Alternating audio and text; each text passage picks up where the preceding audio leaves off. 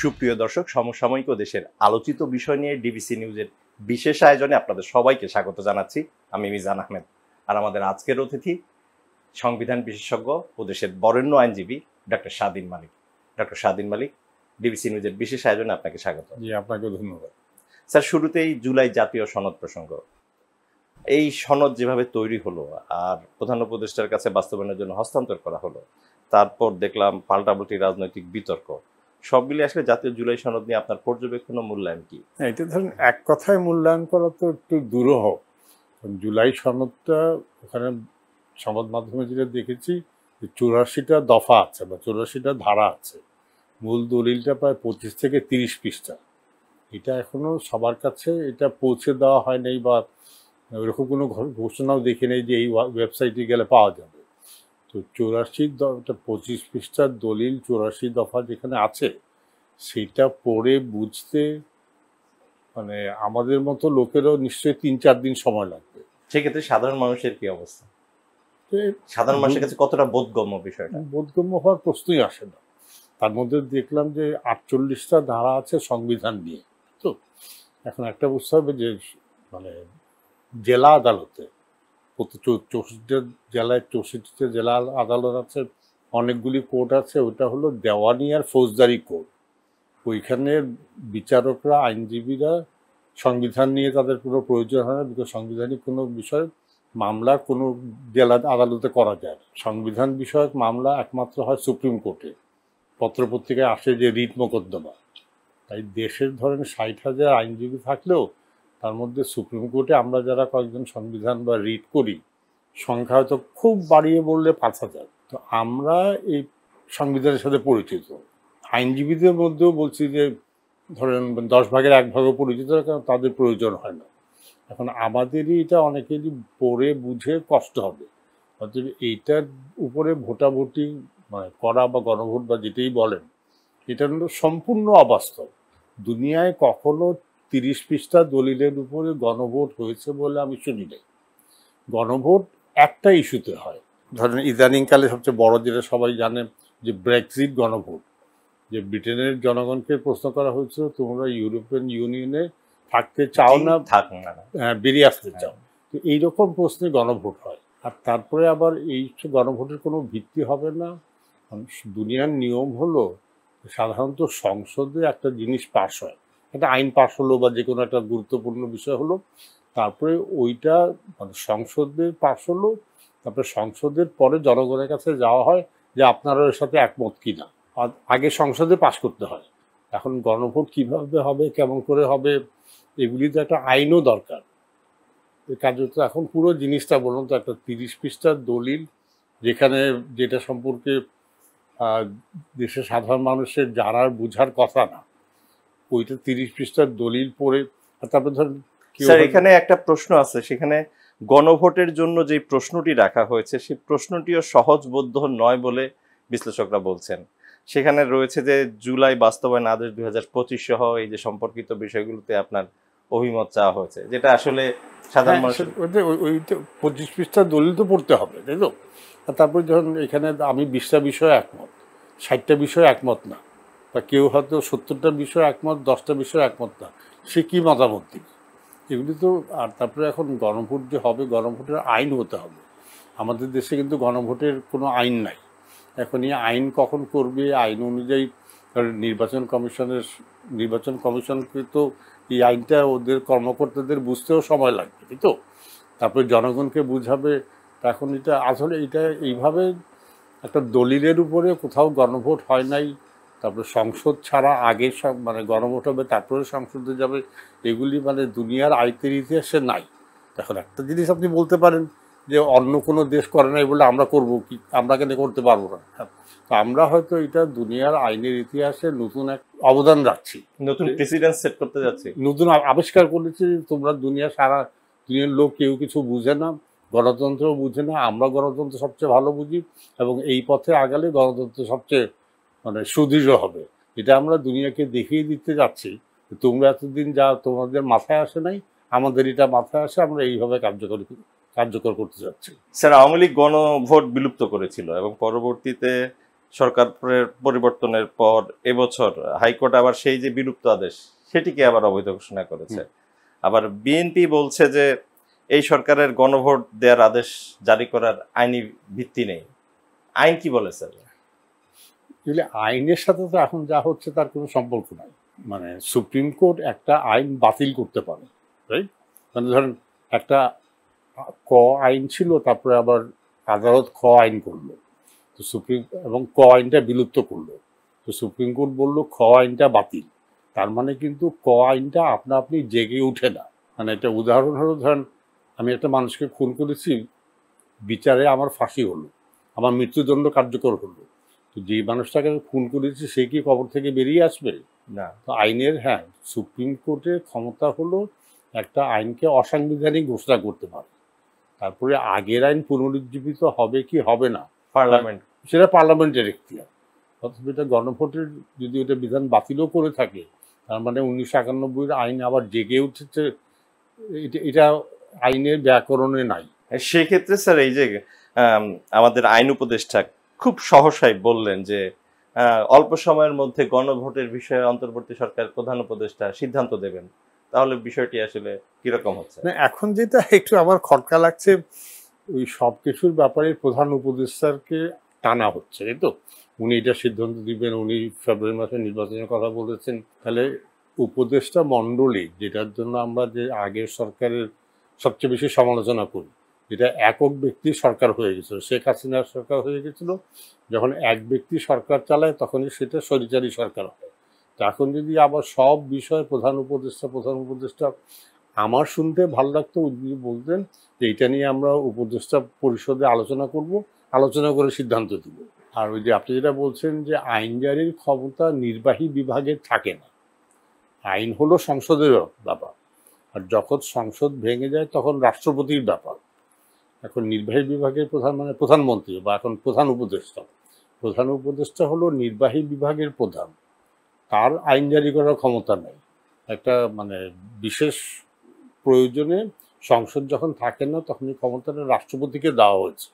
ওদের প্রধান উপদেষ্টার আইন জারি, অধ্যাদেশ জারির ক্ষমতা নেই। এটা তো একেবারে আইনের কখন যারা জানে তাদেরও বোঝা উচিত। স্যার, জামাতের আইনজীবীরা বলছে যে এই গণভোটে যদি হ্যাঁ প্রস্তাব জয়যুক্ত হয়, সেক্ষেত্রে পরবর্তী সংসদে একটি সংসদীয় কমিটি গঠন হবে যাদের এখতিয়ার থাকবে সংবিধান সংশোধনের, এবং 270 দিনের মধ্যে তা করবেন। যদি তারা 270 দিনের মধ্যে তা করতে না পারেন, তা অটোমেটিকলি রিভাইভ হবে। যদিও এর বিপক্ষে প্রচুর মত রয়েছে, আপনার কাছে আইনে কি বলে স্যার আসলে এই ধরনের? এই যে বললাম না, আইনে এইসব সম্পর্কে কিছু বলে না। দুনিয়ার যত দেশ আছে যারা মোটামুটি অনেকদিন ধরে আইন চর্চা করছে, তাদের আইন ব্যবস্থা এটা নাই।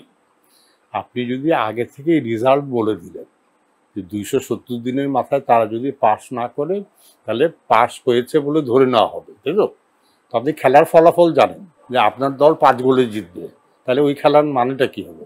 তাহলে 270 দিন ধরে তারা কি আলোচনা করবে এবং আলোচনার যৌক্তিকতা কি, এটার প্রয়োজনীয়তাটা কি? ফলাফল তো অলরেডি ঘোষণা করা হয়ে গেছে। ফলাফল হলো এই জুলাই মানে সনদ সংবিধানের অংশ হিসাবে মানে গণ্য হবে। তো আপনি যদি ফলাফলই জানেন তাহলে 270 দিন কি আলোচনা করবেন, কেন আলোচনা করবেন? স্যার, বিএনপির অভিযোগ হচ্ছে তারা জুলাই জাতীয় সনদে তাদের বেশ কিছু দ্বিমত ছিল, এবং সেই দ্বিমতগুলো যখন চূড়ান্ত আকারে এই বিষয়টি প্রধান উপদেষ্টার কাছে হস্তান্তর করা হয় সেখানে দ্বিমতের কোনো বিষয় নেই, এবং তারা বলছে যে এটা রীতিমতো প্রতারণা, একপেশে, এবং জাতির জনগণের সাথে একটা জাস্ট ফান করা হয়েছে। হ্যাঁ, এটা তো ধরেন বিএনপির মতো দলের কাছ থেকে আসছে। এখন আমাদের যত রাজনৈতিক দল আছে তার মধ্যে বিএনপি দীর্ঘতম সময় দেশ পরিচালনার দায়িত্বে ছিল, এবং এটা তো গুরুতর অভিযোগ, এটা অত্যন্ত গুরুতর অভিযোগ। কারণ আমি একটা দলিলে যখন সাইন করলাম, যে কথাগুলি ছিল ওইটা যখন চূড়ান্ত হলো, ওইখানে যদি ওই কথাগুলি না থাকে তাহলে তো এটা খুবই মানে প্রতারণা শব্দটা ব্যবহার করা হয়েছে কিনা মনে পড়ছে না, কিন্তু এটা তো ওই ধরনের কাজ হয়ে গেল। এর মধ্য দিয়ে কি ঐক্যমত্য কমিশন তার নিরপেক্ষতা হারালো কিংবা বিতর্কিত হলো? হ্যাঁ, অবশ্যই ঐক্যমত্য। এখন আমার প্রশ্ন হলো যে ঐক্যমত্য কমিশন এই যে ধরনের সংবিধানের যে 48টা ধারা সংশোধনের ব্যাপার বলছে, এই ক্ষমতা তাকে কে দিয়েছে? মানে সাধারণত একটা জিনিস আইন করা হয়, যে আইন করার ক্ষমতা একমাত্র সংসদের, আর এই সংসদ ছাড়া রাষ্ট্রপতি, ওনারা তো রীতিমতো হ্যাঁ ঠিক আছে 8 মাস 9 মাস ধরে মিটিং করেছেন, করে কিন্তু তাদের এই সংস্কার প্রস্তাব তৈরি করার ক্ষমতাটা কে দিয়েছে? আমরা কি কাউকে, আমাদেরকে জিজ্ঞেস করা হয়েছিল যে আমরা এই 6 জন বা 7 জন ব্যক্তিকে আমাদের সংবিধান সংস্কারের দায়িত্ব দিচ্ছি, আর তারপরে যেটা শেষে হলো দায়িত্বটা তারাই তো পুরোটা তুলে নিয়েছেন, কারণ বলছেন যে 270 দিনের মাথায় এটা অটোমেটিকলি পাস হয়ে যাবে। তো এই আমাদের যে এত দীর্ঘ স্বৈরাচার বিরোধী আন্দোলন, এত যে আত্মত্যাগ করা হয়েছে, তো যাতে এইগুলি জিনিসগুলি না হয়, একতরফাভাবে বা 2 4 5 10 জন মিলে সব কিছু সিদ্ধান্ত নিবে, সেটার সাথে স্বৈরতন্ত্রে আমি তো কোনো বেশকম দেখি না। এখন আবার যেটা একটু আগে বলছিলাম যে কোনো কিছু হলে প্রধান উপদেষ্টা, কেন বলা হচ্ছে না উপদেষ্টা মণ্ডলী? আগে যেমন বলা হতো কিছু হলে এটা প্রধানমন্ত্রীর দিক নির্দেশের জন্য অপেক্ষা করছে। তো আমরা কিন্তু ঘুরে ফিরে ওই একটা যে বদভ্যাস তৈরি করে গেছে 15 বছরের শেখ হাসিনা, ওইটা বোধহয় আমাদের অনেককেই আচ্ছন্ন করে রেখেছে। আমরা মনে হয় এখনো ওটা থেকে সহজে বার হতে পারছি না। স্যার, অন্যান্য দেশের প্র্যাকটিসটা কি? তারা যখন সংবিধান সংশোধন করতে চায় কিংবা মৌলিক কোন ইস্যুতে পরিবর্তন করতে চায়, তারা কোন প্রক্রিয়ার দিকে আগায়? হ্যাঁ, এটা সংবিধান সংশোধনের বেশিরভাগ দেশেই পার্লামেন্টের ওই 2/3 মেজরিটি, আমরা বলি যেটাকে আইনের ভাষায় কোয়ালিফাইড মেজরিটি, 2/3 মেজরিটি বা 3/4 মেজরিটি লাগে। আর কিছু কিছু দেশে সবচেয়ে বেশি গণভোট লাগে সুইজারল্যান্ডে। কিছু কিছু জিনিস সংবিধান সংশোধন করলেও তারপরে আবার গণভোটে যেতে হয়, এটা আবার বলে দেওয়া থাকে আইনে বা সব সংবিধানে অনেক সময় বলে দেওয়া থাকে যে এই বিষয়ে সংবিধান সংশোধন করবে সংসদ, আর এই বিষয়ে সংসদে পাশ হওয়ার পরে এটা জনগণের কাছে রেফারেন্ডামে বা গণভোটে যেতে হবে। এটা হলো বিভিন্ন দেশে বিভিন্ন প্রক্রিয়া আছে। তবে সব মূল কথা হলো আগে সংসদ বা প্রতিনিধিত্বমূলক একটা প্রতিষ্ঠান, জনগণের ভোটে নির্বাচনের প্রতিষ্ঠান, আগে তাদেরকে পাস করতে হবে, তারপরে তারা জনগণের কাছে যাবে দ্বিতীয় পদ হিসাবে। তো আমরা দ্বিতীয় পদটাকে বা দ্বিতীয় পদক্ষেপটাকে আমরা আগে নিয়ে আসছি। আমাদের এখানে এরা বলতেছে স্যার যে একটা নতুন রাজনৈতিক বন্দোবস্ত হিসেবেই তারা এই সংস্কার কমিশনের এই কাজগুলো, এই বিষয়টিকে আপনি কিভাবে দেখেন? হ্যাঁ, ধরেন এটা হলো কিভাবে বলবো আমি, ভুল রোগ নির্ণয়ের ব্যাপার হয়ে গেছে। যদি সংবিধানের গলদের কারণে একটা দেশে ফ্যাসিবাদ বা স্বৈরাচারী সরকারের জন্ম হয়, তাহলে সমাধান তো খুব সোজা, সবাই সংবিধানটাকে সুন্দর করে লিখে ফেলত, তাই তো? তাহলে দুনিয়াতে কোথাও মানে গণতন্ত্রের অভাব হতো না, জবাবদিহিতার অভাব হতো না, কোথাও স্বৈরাচারী সরকার থাকতো না। কিন্তু এখন দুনিয়াতেও তো বড় দাগে তো 100টা দেশের নাম বলা যাবে যেখানে সরকার স্বৈরাচারী। তাহলে মানে যেটা আমি বলছি রোগ নির্ণয় ভুল হয়েছে, মানে সব দোষ দেওয়া হচ্ছে সংবিধানের উপরে। সংবিধান খারাপ, অতএব স্বৈরাচারী সরকার, ফ্যাসিবাদ এসেছে। সংবিধানটা ভালোভাবে লিখলে এই ফ্যাসিবাদ স্বৈরাচারী এগুলি থাকবে না। বললাম এটা সমাধান যদি এতই সোজা হতো তাহলে দুনিয়ার সব দেশই তো এই কাজটা করে ফেলতে পারতো। কারণ সোভিয়েত ইউনিয়ন ভেঙে যাওয়ার পরে 91 সালে যে ওরা ভাগ হয়ে গেল না, 1993 সালে রাশিয়ার একটা নতুন সংবিধান হয়। 1993 সালে সারা বিশ্বের বিশেষজ্ঞরা এনে এটাকে সাহায্য করেছে, মানে ওখানে বিচার বিভাগের স্বাধীনতা, নির্বাচন, সুষ্ঠু নির্বাচন সব কিছুই বলা আছে। 93 সালে রাশিয়ার সংবিধান হয়েছে, ফলাফল কি হয়েছে? পুতিন। যদি সংবিধানের উপরে আর ধরেন, যেমন আমরা সবাই জানি যুক্তরাজ্যে সংবিধান নাই, কানাডাতে সংবিধান নাই, নিউজিল্যান্ডে সংবিধান নাই, ওদের দেশে কি গণতন্ত্র জবাবদিহিতা নাই? অতএব এটা মানে ভুল, যেটা আমরা ভুল পথে পরিচালিত হয়েছে। হ্যাঁ, সংবিধানের যে কোনো সময় সংশোধনের 2-4টা প্রয়োজন হতে পারে, কিন্তু আমাদের যেটা মূল কথা হয়ে দাঁড়িয়েছে, যত দোষ নন্দঘোষ আর যত দোষ সংবিধান ঠিক করলে আমরা সব কিছু ঠিক হয়ে যাবে বলছে। এইটা যদি এইভাবে যদি দেশে গণতন্ত্র আসা যেত, তাহলে দুনিয়ার সব দেশে গণতন্ত্রের জোয়ারে ভাসত। স্যার, আমরা আপনার আরো কথা শুনবো, তবে সময় হচ্ছে একটা ছোট্ট বিরতি নেবার। সুপ্রিয় দর্শক, ডিবিসি নিউজের এই বিশেষ আয়োজনে নিচ্ছে একটি ছোট্ট বিরতি, আমাদের সঙ্গেই থাকুন। প্রিয় দর্শক, ডিবিসি নিউজের বিশেষ আয়োজনে আরো একবার আপনাদের স্বাগত জানাচ্ছি, আমি মিজান আহমেদ। স্যার, আমরা কথা বলছিলাম জুলাই জাতীয় সনদ প্রসঙ্গে। জি স্যার, এই জুলাই জাতীয় সনদের যে 7টি অঙ্গীকারনামা, এই 7টি অঙ্গীকারনামা নিয়ে কিন্তু বিস্তর মত পার্থক্য রয়েছে আইন ও সংবিধান বিশেষজ্ঞদের মাঝে। এই অঙ্গীকারনামার 3য় দফায় বলা হয়েছে যে এ নিয়ে আগামীতে কোনো আদালতে প্রশ্ন উত্থাপন করা যাবে না। অনেকে বলছেন যে এই শব্দটাই হচ্ছে এমন একটি শব্দ যেটা আসলে সেটা সামনের দিনে বারবার উত্থাপিত হবেই। অতীতে অনেক ইন্ডেমনিটি দেওয়া হয়েছে, যেটা সুখকর অভিজ্ঞতা আমাদের নেই। আপনার মূল্যায়ন কি স্যার? এটা তো ইন্ডেমনিটি হয় না, মানে এইটা নিয়ে আমি আদালতে যেতে পারবো না। আমি যদি মনে করি আমার প্রতি অন্যায় হয়েছে, সঠিকভাবে হোক বেঠিকভাবে হোক, আমি যদি মনে করি যে আমার প্রতি অন্যায় হয়েছে, তাহলে আদালতে গিয়ে প্রতিকার চাওয়া হলো আমার সবচেয়ে মূল মানবাধিকার। আপনি কি আমাকে বলে দিবেন না আপনার বিরুদ্ধে অন্যায় হলো আপনি আদালতে যেতে পারবেন না? এটা হয় না, মানে এটা আইনের কোথাও এটা সম্ভবই না। কারণ আদালত তো আছেই প্রতিকার পাওয়ার জন্য। তো আমাদের ইন্ডেমনিটি আইন, হ্যাঁ, 2-3টা হয়েছিল, তার মধ্যে 2টা তো আমিই বাতিল করিয়েছি। কারণ ওই একটা কথা বলি যে আমি ঠাট্টা করে বলি যে আইনটা দেখে বিচারপতিকে বলবো, বিচারপতি দেখেন, মাননীয় বিচারপতি, আইনে লেখা আছে আমি আপনার সামনে আসতে পারবো না আমার অভিযোগে, আমি আসছি, আপনি এখন কি করবেন? ঠিক আদালত আমাকে বলবে তুমি বেরিয়ে যাও, তাহলে তো আদালতের দুয়ার আপনি বন্ধ কখন, এটা একবারে আইনের মোস্ট ফান্ডামেন্টাল। মানে আমার বিচার পাওয়ার অধিকার বা বিচার চাওয়ার অধিকারটা হলো সবচেয়ে মৌলিক অধিকার, 1 নম্বর মৌলিক অধিকার। এখন যে সব ধারণা না থাকলেই যে এইসব কথা লেখা হয়। এই কি অনেকটা যে দ্বার বন্ধ করে আমি ভ্রমটাকে রুখি, সত্য বলে তবে আমি কোথা দিয়ে ঢুকি। হ্যাঁ, সেটাই। মানে এটা তো আমি বুঝি না, মানে বুঝি না যারা সরকার চালাচ্ছেন তাদের মধ্যে কি একটা লোকও নাই যে এই মানে একদম মূল কথাগুলি বুঝে না। শুধু না স্যার, এই সরকারের সময় বিচারপতি ফারাহ মাহবুব যখন তিনি হাইকোর্টে ছিলেন, জি, তিনি কিন্তু পঞ্চদশ সংশোধনীর রায়, বৈধতার ইস্যুতে যে রায় হলো, সেই রায় বলে দিছে ভবিষ্যৎ সংসদকে হাত পা বেঁধে আটকানো যাবে না, প্রশ্ন তোলা যাবে না, আদালতে যাওয়া যাবে না, এগুলো বলার কোনো অবকাশ নেই। হ্যাঁ, অবশ্যই এটা তো একদম একই নাম। আবার বলছি এটা মূল সংসদের হলো কি, এখন একটা ধরুন এখন আমাদের সংসদ না, এটা ঠিক আছে, সামনের বছর সংসদ আসলো, সংসদ একটা আইন পাশ করলো, আইন পাশ করে বলতে পারবে না যে ভবিষ্যতের কোনো সংসদ এই আইন সংশোধন করতে পারবে না। মানে একটা সংসদ পরবর্তী সংসদের হাত পা বেঁধে দিতে পারে না। এই সংসদে যা করার কোনো পরবর্তী সংসদ এসে যদি মনে করে যে আগের সংসদে ভুল করেছে, যে আইনটা পাশ করেছে সেটা আমরা বাতিল করব, এই অধিকার আছে। অতএব ওই, হ্যাঁ, পঞ্চদশ সংসদে ছিল ওই মানে 7-এর খ ধারায় বোধ হয় যে কতগুলি প্রায় 50টা ধারার কথা বলা আছে, যেটা কেউ পরিবর্তন তোলা যাবে, প্রশ্ন তোলা যাবে না। এটা তো একেবারে তখন, হ্যাঁ, তখন হয়েছে কি আমরা স্বৈরাচারী শাসন ছিল, তার মানে বিচারাঙ্গনে গিয়েও এইসব ব্যাপারে ন্যায় বিচার পাওয়ার আমাদের আত্মবিশ্বাস ছিল না।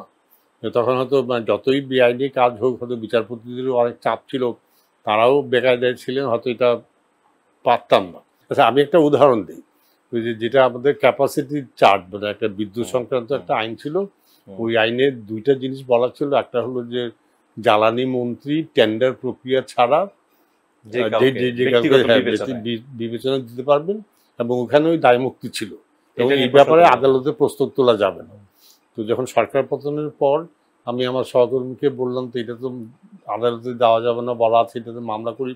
তো সে কম্পিউটার ঘেটে বললো স্যার এটা তো আমরা 2018 সালে পিটিশন লিখে রেখেছিলাম, কিন্তু যেটা বললাম যে 2018 সালে ওই স্বৈরাচারী সংস্কারের কারণে আমরা তখন যেতে সাহস করিনি। তারপরে তো এই সরকার পতনের পর এই আইনটা নিয়ে আইন দেখালাম ইয়েকে, যে সরকারি যে কোনো কেনাকাটা হবে একটা উন্মুক্ত টেন্ডার প্রক্রিয়ায়, একক বিবেচনা নেয়। আর তারপরে মানে এই যে বলেছে এই ব্যাপারে কেউ প্রশ্ন তুলতে পারবে না। তো এটা, হ্যাঁ, জাস্টিস ফারাহ মাহবুব তো সাথে সাথে আইনটা বাতিল করে দিল যে এইসব তো আইনের মধ্যে থাকতে পারে না। তো এখন আবার সরকার যদি ওইরকম আদালতে যেতে পারবে না, এটা আমি 2-3টা অধ্যাদেশে দেখেছি, এগুলি ছেলে মানুষই হচ্ছে। হ্যাঁ, ওই দায় মুক্তি দেওয়া হচ্ছে জুলাই যোদ্ধাদের, এবং সেখানেও দায় মুক্তির বিধানটি রাখা আছে অঙ্গীকার নামে। স্যার, আপনার কাছে জানতে চাই সেটা হচ্ছে যে তার মানে কি ভবিষ্যতে অনেকগুলো আইনি বিতর্কের পথ রচনা হচ্ছে এই জুলাই সনদ ঘিরে, বিষয়টা কেমন? না, আমার মনে হয় যে এটা যেহেতু এর মানে এই ধরনের জিনিস আইনের ইতিহাসে নাই, একটা তো বলতে হবে যে 2টা হবে, যে একটা হবে যে আমরা সারা দুনিয়াকে নতুন জিনিস আবিষ্কার করে দেখিয়ে দিচ্ছি, সারা দুনিয়াও হাততালি দিয়ে বাহবা দিবে, আমরাও খুব গর্বিত বোধ করব। অথবা অন্যটা হতে পারে এই প্রশ্নগুলি ওঠার কারণে পুরো জিনিসটাই বাতিল হয়ে যাবে। আর একটা, আপনি যদি সব দলকে এক বিষয়ে একমত হতে বলেন, তাহলে আর একদলীয় সরকারের তাহলে ভুল কি ছিল? আমাদের 1975 সালে একদলীয় সরকার হয়েছিল, তাই তো? বলা হয়েছিল যে ওই বাংলাদেশ কৃষক শ্রমিক আওয়ামী লীগ ছাড়া আর কোনো দল থাকবে না। সবাই একমত। কিন্তু আমরা যদি বহুদলীয় একটা রাজনীতির কথা বলি, তারপরে আবার বলি না বহুদল থাকলে কিন্তু সবাইকে এক জায়গায় একমত হতে হবে, এগুলি তো স্ববিরোধী কথাবার্তা, এর কোনো যুক্তি নাই। ওই জন্য আমি বারবার হয়তো আমি অনেকবার বলে ফেলছি, দুনিয়াতে কেউ যেটা করে নাই আমরা করে দেখিয়ে দিব। সেটা হতে পারে দুনিয়া আমাদের বাহবা দিবে, অথবা দুনিয়ার আইন কানুনের রীতিনীতি অনুসরণ করে এইগুলিতে আমি কোনো ভবিষ্যৎ দেখি না। স্যার এনসিপি জামাত এরা আর কি ফেব্রুয়ারির আগেই গণভোট চাচ্ছে, আবার বিএনপি চাচ্ছে হচ্ছে জাতীয় সংসদ নির্বাচনের সময় ত্রয়োদশের সময় গণভোটটা হোক। নির্বাচন কমিশনের কি সেই সক্ষমতা রয়েছে আরো এগিয়ে এসে গণভোট করার মতো? আপনার কি এখন তো ধরেন সময় আর কত, ফেব্রুয়ারিতে গণভোট হলে অক্টোবর নভেম্বর ডিসেম্বর 4 মাস আছে। তো 4 মাসের মধ্যে জাতীয় সংসদ ফেব্রুয়ারির প্রথম দিকেই হবে। তো যে বললাম গণভোট আইন হতে হবে, গণভোটে কিভাবে হবে সেটা নির্ধারণ করা হবে। এবং আমাদের তো ধরেন লাস্ট গণভোট হয়েছিল 1991 সালে, অর্থাৎ 35 বছরের মধ্যে কোনো নির্বাচনী কর্মকর্তা, রিটার্নিং অফিসার, প্রিসাইডিং অফিসার তাদেরকেও বুঝাতে হবে। শতাংশ হিসেবে তখনও 35 কিছু শতাংশ ছিল আর কি, উপস্থিতির হারটা খুব আশাব্যঞ্জক ছিল না। অতএব এইগুলি একটা নতুন ব্যবস্থা আইন করে, নতুন ব্যবস্থা করে নির্বাচনের প্রস্তুতি নেওয়া আমার দৃষ্টিতে অসম্ভব। এখন যারা চাচ্ছে হয়তো তারা মনে করতে পারেন, নিশ্চয়ই মনে করছেন এটা সম্ভব, কিন্তু আগে তার আগে তো আইনও করতে হবে। স্যার জুলাই জাতীয় সনদ নিয়ে যে এই যে বড় দুটি রাজনৈতিক দল, সাথে আবার এনসিপি কেও বড় দলই বলা যায়, কারণ তরুণদের সংগঠন, তাদের হাত দিয়ে পরিবর্তন, তো সেই ক্ষেত্রে বিএনপি, জামাত এবং এনসিপির যে অবস্থান, এতে কি জুলাই জাতীয় সনদের গ্রহণযোগ্যতা জনমনে প্রশ্নবিদ্ধ করছে কিনা? না, এখন কারণ এরা তো ঐক্যমত না, দ্বিমত এবং পরস্পর বিরোধী একটি অবস্থান। না, এটা কনফিউজড হচ্ছে না, আমার মনে হয় কনফিউজ হওয়ার কথা না। কারণ ভিন্ন দলের একটা ইস্যুতে তো ভিন্ন অবস্থান থাকবে। ওই যে এখানেও আমরা ভুল জায়গা থেকে শুরু করেছি। আমরা ধরে নিচ্ছি যে অনেকগুলি বিষয় সব রাজনৈতিক দল এক হয়ে যাবে। আর সব রাজনৈতিক দল যদি একমত পোষণ করে তাহলে এতগুলি রাজনৈতিক দলের দরকার কি? তাহলে তো সব এক রাজনৈতিক দল হয়ে যেত। ভিন্ন রাজনৈতিক দল আছে, কারণ তাদের আদর্শ ভিন্ন, তাদের কি চাচ্ছে সেটা ভিন্ন, কিভাবে তারা এগোতে চায় সেটা ভিন্ন। অতএব এখানে আমার মনে হয় না যে দ্বিমত হচ্ছে, এটা এক অর্থে গণতন্ত্রের জন্য এটা ভালো। আমরা পরস্পরের সমালোচনা করছি একজনের সাথে অপরাজিত, তবে এটা ভদ্র জনচিত সীমারেখার মধ্যে হবে। এর থেকে যদি আবার মব ভায়োলেন্স হয়ে যায় সেটা আবার একদম সবচেয়ে খারাপ কাজ হবে। তবে এখানে না যেখানে দ্বিমত আছে এটাকে আমি খুব বেশি এটা সমালোচনা করার আমি কিছু দ্বিমত থাকাই রাজনীতিতে স্বাভাবিক। স্যার এই যে মব ভায়োলেন্সের কথা সূত্র ধরেই একটি বিষয় জানতে চাই স্যার। অতি সম্প্রতি আমরা দেখলাম সুপ্রিম কোর্টের অ্যাটর্নি জেনারেল অফিসে তালা মেরে দেওয়া হলো, এবং বৈষম্য বিরোধী আইনজীবী সমাজের ব্যানারে, এবং তাদের দাবি হচ্ছে বিগত সরকারের আজ্ঞাবহ এবং অনুগত ব্যক্তিরা এখনো বিচার বিভাগে রয়েছে, তাদের অপসারণ। এই বিষয়টিকে আপনি কিভাবে দেখেন? এটা হলো কি, বিগত সরকার তো ধরেন 15-16 বছর ছিল, তাই তো? তাহলে এই 16 বছরে পুলিশে, প্রশাসনে, ডাক্তারে, ইঞ্জিনিয়ারিংয়ে নিশ্চয়ই ওখানে একটা পক্ষপাতিত্ব ছিল। ওই সব নিয়োগের বেলা অনেক ক্ষেত্রে পক্ষপাতিত্ব ছিল। তার মধ্যে কি তাদেরকে সবাইকে বাদ দিয়ে দিবেন? বাদ দিয়ে দিলে ওই সময় ওই দলের অনুসারী ছিল বলে হয়েছে। হ্যাঁ, কিছু বাদ দেওয়ার দরকার আছে, যারা চরমভাবে তাদের ক্ষমতার অপব্যবহার করেছে বা নগ্নভাবে করেছে। হ্যাঁ, কিন্তু এইভাবে ঢালাওভাবে অভিযোগ এনে যদি সব বাদ দিয়ে থাকেন তাহলে তো এখন আমাদের এই অবশ্যই বিচারপতি সম্প্রতি 23 আর 25 48 জন হয়েছে, কিন্তু তার আগে তো বেশিরভাগ বিচারপতি গত সরকারের আমলে নিয়োজিত ছিল। তো এইগুলি খুব অবাস্তব একটা চিন্তা। আপনি একটা থানায় গিয়ে 40 জন পুলিশ আছে, তার মধ্যে 20 জনকে বাদ দিয়ে দিলেন। 20 জনকে বাদ দিলে তো আপনাকে ওই 20 জনকে তো নতুনভাবে নিয়োগ দিতে হবে। একজন নিয়োগ দিয়ে ট্রেনিং করে তাকে কনস্টেবল থেকে বা সাব ইন্সপেক্টর করা, এটা 5 বছরের ব্যাপার। আপনি বাতিল করে দিলে তাহলে তো এটা ব্যর্থ রাষ্ট্রে পরিণত হবে। অতএব এই দাবিগুলি খুবই অযৌক্তিক। এখানে কোনো ব্যক্তির ব্যাপারে যদি বিশেষ কোনো প্রমাণ থাকে, সুনির্দিষ্ট অভিযোগ থাকে, সে যোগ্যতা ছিল না, সে নগ্নভাবে দলীয় কাজ করেছে, তাহলে এটা নিশ্চয়ই অ্যাটর্নি জেনারেল কাছে ওইভাবে জমা দিলেই, লিখিতভাবে জমা দিলেই নিশ্চয়ই তখন অ্যাটর্নি জেনারেল যদি ব্যবস্থা না নেয় বা আইন মন্ত্রণালয়ের ব্যবস্থা না নেয়, তখন একটা তালাবদ্ধ করার একটা প্রশ্ন আসতে পারে, একটা আন্দোলন করার প্রশ্ন আসতে পারে। আপনি গিয়ে হুট করে দাঁড়িয়ে বললেন যে এরা আগে সরকারের অনুগত দেব, এদেরকে বাদ দিতে হবে, এরা কারা কিভাবে অনুগত ওগুলি কিছু বললেন না, এগুলি তো অরাজকতা। এবং আমার যেটা আশঙ্কা, এটা আর যদি নির্বাচন তাড়াতাড়ি না হয়, আমি ইনফ্যাক্ট এখন ফেব্রুয়ারিকে আমি তো বলছি যে জানুয়ারিতে নির্বাচন হওয়া আমাদের জন্য আরও বেশি মঙ্গলকর। নির্বাচন কমিশনের ফেব্রুয়ারির জায়গায় জানুয়ারিতে নির্বাচন করার সক্ষমতা আছে।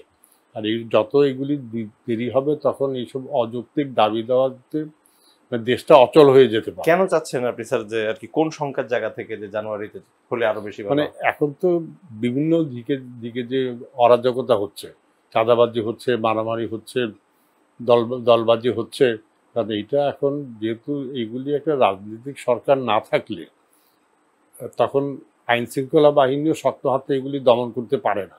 আর রাজনৈতিক সরকার থাকলে আইন শৃঙ্খলা বাহিনী তাদেরও নিজের নৈতিক জোরটা বাড়ে যে আমরা একটা নির্বাচিত সরকারের অধীনে কাজ করছি। স্যার আমরা আপনার আরো কথা শুনবো, তবে সময় হচ্ছে একটা ছোট্ট বিরতি নেবার। সুপ্রিয় দর্শক, ডিবিসি নিউজের এই বিশেষ আয়োজনে নিচ্ছে একটি ছোট্ট বিরতি, আমাদের সঙ্গেই থাকুন। সুপ্রিয় দর্শক, বিরতির পর আরো একবার স্বাগত জানাচ্ছি ডিবিসি নিউজের বিশেষ আয়োজনে। আমাদের আজকের অতিথি ডক্টর স্বাধীন মালিক। স্যার কোন কারণে আসলে জানুয়ারিতেই নির্বাচনটা হওয়াটা উপযুক্ত বলে মনে করছেন? সংখ্যাটা সংখ্যাটা হলো এখন চারিদিকে অরাজকতা বাড়ছে। এখন যে কোনো আমলাতন্ত্র, আমরা মানে প্রশাসন হোক, পুলিশ হোক, তারা একটা রাজনৈতিক দলের অধীনে কাজ করে অভ্যস্ত। এখন তো তারা যাদের অধীনে কাজ করছে তারা জানে যে এই মানে অন্তর্বর্তীকালীন সরকার ৩-৪ মাসের বেশি থাকবে না, অতএব তাদের কাজের নৈতিক ভিত্তিটা দুর্বল। এই জন্য তারা শক্ত হাতে ব্যবস্থা নিতে পারছে না।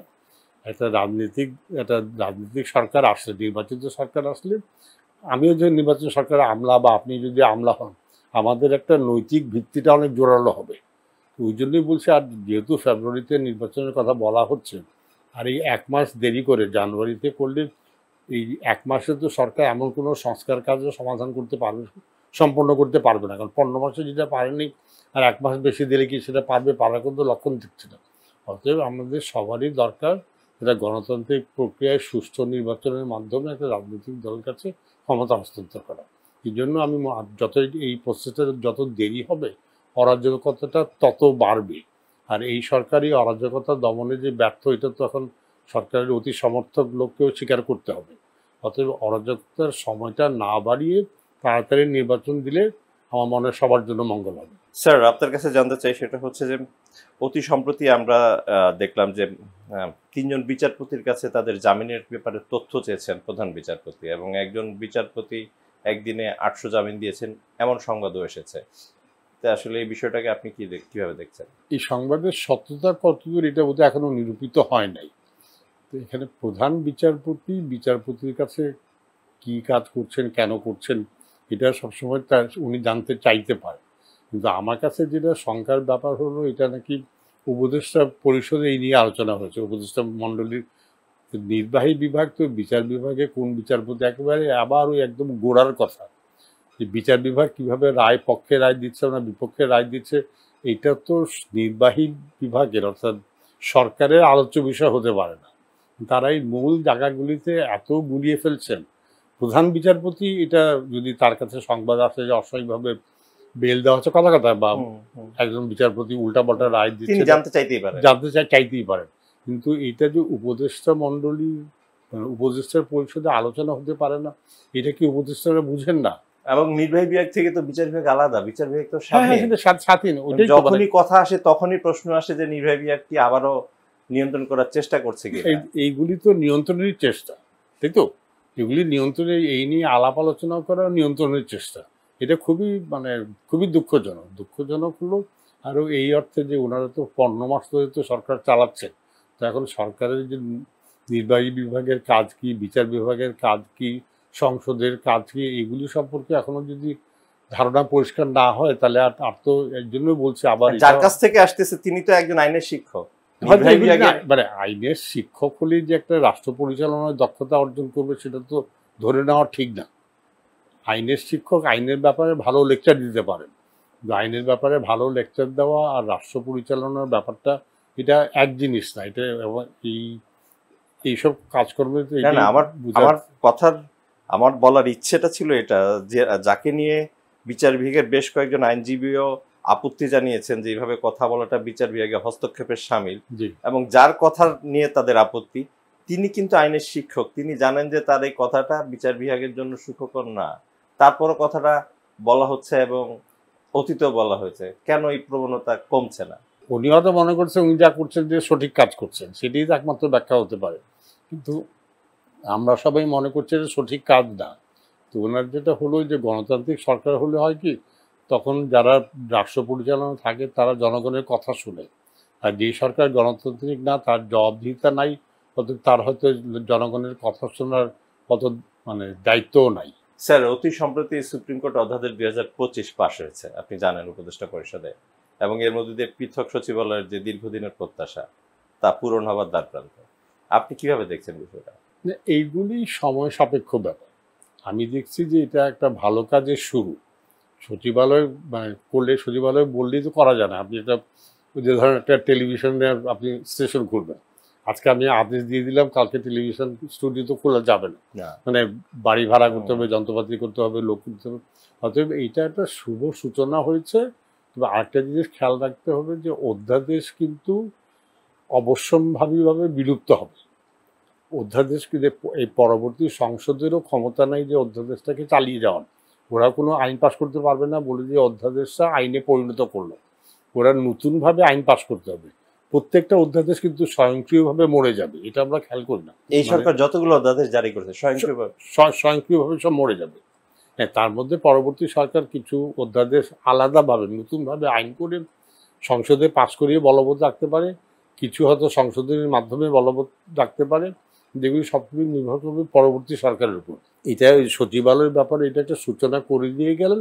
আমি আশা করব যে পরবর্তী সরকার ও সংসদ এটাকে হয়তো কিছু দরকার হলে পরিবর্তন করে সবার সাথে কথা বলে এটাকে নতুন আইন হিসেবে পাশ করে প্রক্রিয়াটা চালু রাখবে। মানে এই যে ঐক্যমত কমিশন যে তার বিচার বিভাগের সুপারিশমালায়, যেটা বিচার বিভাগ সংশোধন কমিশন থেকে যেটা আসছে, এই যে বিভাগীয় বা জেলা পর্যায়ে, বিভাগীয় পর্যায়ে যে হাইকোর্টে স্থানান্তরের বিষয়টা, এই বিষয়টা আসলে প্রান্তিক জনগোষ্ঠীর দ্বার করা হাইকোর্টকে নিয়ে যাওয়া, অনেকে বলতেছে, আবার অনেকে বলতেছে এটা নিয়ে একটা বড় বিতর্ক তৈরি হতে পারে, কারণ সংবিধানের সীমাবদ্ধতা রয়েছে এবং সংশোধনী ছাড়া এগুলো করা যাবে না। না, এটা তো ধরেন হোসেন মোহাম্মদ এরশাদ 1988 সালে 6টা বিভাগে 6টা হাইকোর্ট নিয়ে গেছিল। সুপ্রিম কোর্ট 89 সালে রায় দিয়েছে যেটা সংবিধান পরিপন্থী। তো তাহলে যদি এখন দাঁড়গোড়ায় নিয়ে গেলে বিচার প্রার্থীদের সুবিধা হবে, তাহলে প্রত্যেকটা উপজেলাতে হাইকোর্ট না কেন, বা প্রত্যেকটা ইউনিয়ন পরিষদে একটা আদালত স্থাপন কেন? গ্রাম আদালত অধ্যাদেশ জারি করা হয়েছে। হ্যাঁ, এটা গ্রাম আদালতটা চলছে, আবার মূল জায়গায় গন্ডগোল। গ্রাম আদালতটা চালাচ্ছে ইউনিয়ন পরিষদ। ইউনিয়ন পরিষদ হলো নির্বাহী বিভাগের অংশ, ইউনিয়ন পরিষদ তো বিচার বিভাগের অংশ না। গ্রাম আদালত হতে পারে, ধারণাটা ঠিক আছে, কিন্তু যেখানে ভুলটা হয়েছে এটা বিদেশি পরামর্শকদের পরামর্শে কেউ চিন্তা ভাবনা করেন। ইউনিয়ন পরিষদ তো একটা নির্বাহী, এটা মানে সংবিধানে ইউনিয়ন পরিষদ বলে, উপজেলা পরিষদ বলে, এটা হলো নির্বাহী বিভাগের অংশ। রাজনীতিবিদদের করণীয় কি স্যার? এই জুলাই সনদের যে বিতর্ক হচ্ছে, চলমান বিতর্ক, এটা জাতিকে দ্বিধা বিভক্ত করছে বলে রাজনৈতিক বিশ্লেষকরা বলছে, আপনি কি মনে করেন? না, আমি দ্বিধা বিভক্ত করছে মনে করি না, কারণ আমাদের সবাইকে বুঝতে হবে যে একটা ব্যাপারে ভিন্ন দলের ভিন্ন মানে অবস্থান থাকতে পারে। এখন তারা সবাই তাদের যুক্তি তুলে ধরবে এবং জনগণ ওখান থেকে মানে সিদ্ধান্ত নেবে কাদের অবস্থান ঠিক, কাদের অবস্থান বেঠিক। যে এখান থেকে যদি আমাদের যেটা হচ্ছে এখন একটু মারমুখী হওয়ার প্রবণতাটা একটু বেড়ে যাচ্ছে, এটা হলো একটু আশঙ্কার জায়গা, যে আমাদেরটা না মানলে আমরা ভবিষ্যতে এটা কেমন করে হয়, ওটা কেমন করে দেখে দিব, কিন্তু মানে করতে দিব না। এই অবস্থান থেকে সরে এসে রাজনৈতিক দলের কাছ থেকে আমি ওইটুকু আশা করি যে তারা তাদের যুক্তি তুলে ধরবে এবং জনগণকে একটা সুযোগ দিবে যে কার যুক্তি আমরা গ্রহণ করছি সেটা দেখার। স্যার, নিজের শত কর্মব্যস্ততার মাঝে ডিবিসি নিউজকে সময় দেওয়ার জন্য আপনাকে ধন্যবাদ। জি, আপনাদেরও ধন্যবাদ।